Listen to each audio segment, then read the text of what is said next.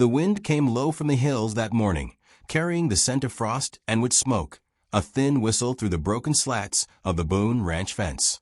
Dustin Boone stood by the gate, coat collar up, hands tucked into his worn gloves, watching the stranger the storekeeper had dropped off.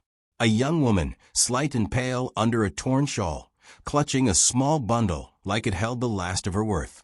The old wagon creaked away down the road, leaving her standing in the dust.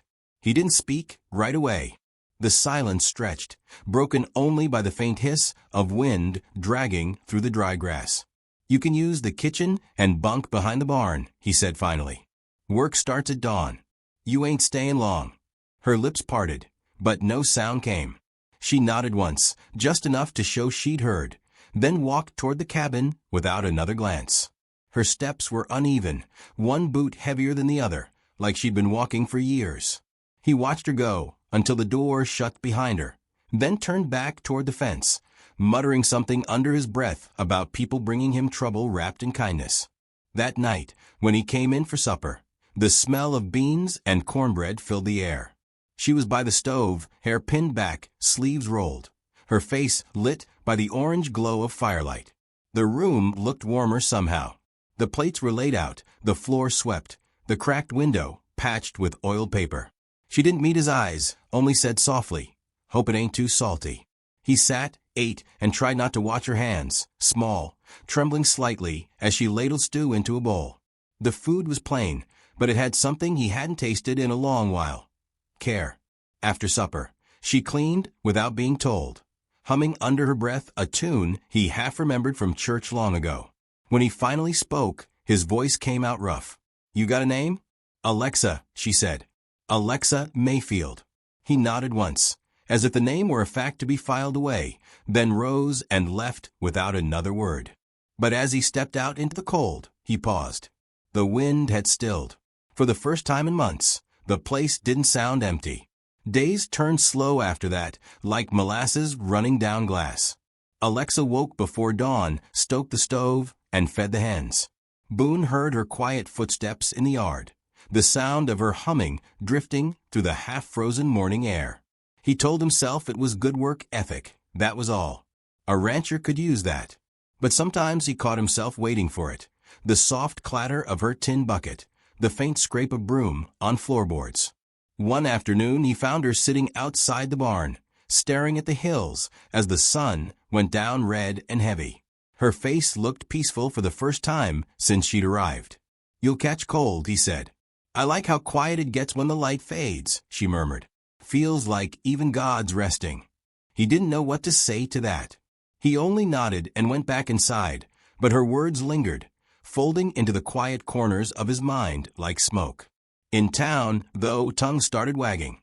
Mrs. Holleran, the storekeeper, had a mouth that moved faster than her hands. "That girl's living up there alone with Boone," she told anyone who'd listen. "No preacher's blessing, no ring. Shameful, that's what it is." Alexa heard it first. She came back from the store one evening with her shoulders tight and her eyes down. She worked twice as hard that night, scrubbing the floor until the boards shone, refusing the plate he offered at supper. When he asked what was wrong, she only said, "They talk." "Let 'em," he replied. "They talk about you too," she whispered. He grunted, jaw tightening. "Ain't the first time folks had opinions." Then, after a moment, "You do your job. I'll do mine. Rest is noise." But later that night, when he stepped onto the porch, he found her kneeling by the steps, still scrubbing long after the stars came out. "That's enough," he said. She didn't look up. "They'll say I'm lazy if I stop." He sighed, moved closer, and took the brush from her hand. "You don't owe this town a damn thing." Her eyes lifted, glassy in the moonlight. "Maybe not. But I owe myself something."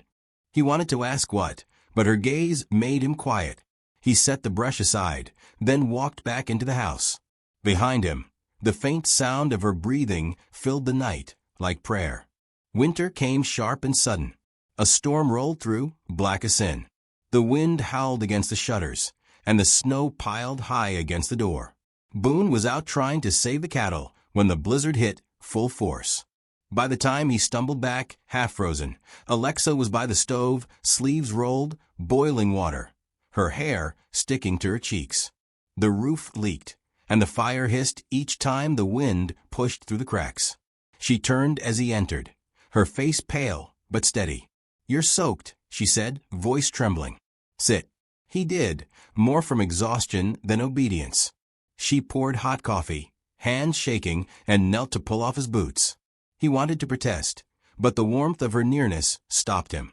When she wrapped his feet in an old blanket, he noticed the scars on her wrists, faint, white, healed long ago, but not forgotten. He stared a moment too long. She froze under his gaze. "My husband," she said softly. "Before he died. He used to say a woman's place was to stay quiet. I ran when he broke my arm." The wind rattled the window pane like a warning. Boone's throat tightened. "And now you're here," he said quietly. "I thought if I worked enough, I'd stop feeling dirty." "You ain't dirty." His words came out low, almost a growl. "You survived." She looked up, eyes wet. For the first time, he let her see the gentleness he kept buried under all that iron. The fire flickered between them, throwing shadows that looked like ghosts fading away. The storm passed by dawn. Snow lay clean and white over the yard. Boone stepped outside, breath fogging in the cold, and for a moment he imagined the world was new again. Inside, Alexa slept curled on a chair, her hand resting near the stove's dying warmth. Something in his chest loosened. He fetched his old coat, draped it over her shoulders, and stood there a while, unsure what scared him more, the thought of her leaving or staying. The days that followed were quieter. He caught himself fixing the latch on her door before she woke, leaving coffee by the step, chopping extra firewood. She mended his shirts and hummed while she worked. Neither spoke of it, but a thread had formed between them, thin, invisible, strong. Then came the day Mrs. Holleran arrived. Her wagon clattered up the icy road, skirts flying like a flag of judgment. She burst through the gate, red-faced and indignant. "Boone," she barked, "you've got to put that girl out. Folks are saying she's trapped you with pity." He straightened slowly, hands still dusty from mending fence wire. "Ain't your concern, ma'am." Alexa stood in the doorway, pale as milk, wiping her hands on her apron. Mrs. Holleran's gaze cut to her. "You should be ashamed. A man's reputation." "That'll do," Boone said sharply. The woman sniffed, gathered her reins, and spat into the snow. "Mark my words, Boone, she'll ruin you." Then she turned and drove off, wheels carving deep scars in the white. The silence afterward felt heavy as thunderclouds. Alexa clutched her shawl. "I'll go," she said softly. "You don't owe me nothin'." He stepped forward. "Ain't nobody told you to go." "You said I wasn't staying long," she reminded him, voice breaking. He stared at her a moment. Then, quietly, "I said it 'cause I didn't trust myself." Her breath caught. He went on, words halting like a man unused to confession. "You came here when I was half a ghost. I'd forgot what it felt like to come home and hear someone moving around. I was scared, Alexa. Scared of wanting something again." Tears slid down her cheeks. He reached out, brushed one away with his thumb. Rough skin, grazing softness. "You fixed more than this place," he murmured. "You fixed me." She tried to speak, but he shook his head. "Don't say nothing. Just stay." His voice broke like a rope under strain. "Not as my cook. As my woman." The fire cracked softly. Snow tapped the window. She hesitated only a heartbeat, then stepped closer, her hand trembling as it touched his chest. His heart beat hard beneath her palm, fast and human. Outside, the world had gone silent again, but this silence was different, full instead of hollow. She nodded, tears shining in the light, and he folded her gently into his arms. For a long moment, neither moved. The wind eased around the eaves, and the house seemed to breathe. Then she whispered, "You sure about this, Boone?" He smiled faintly.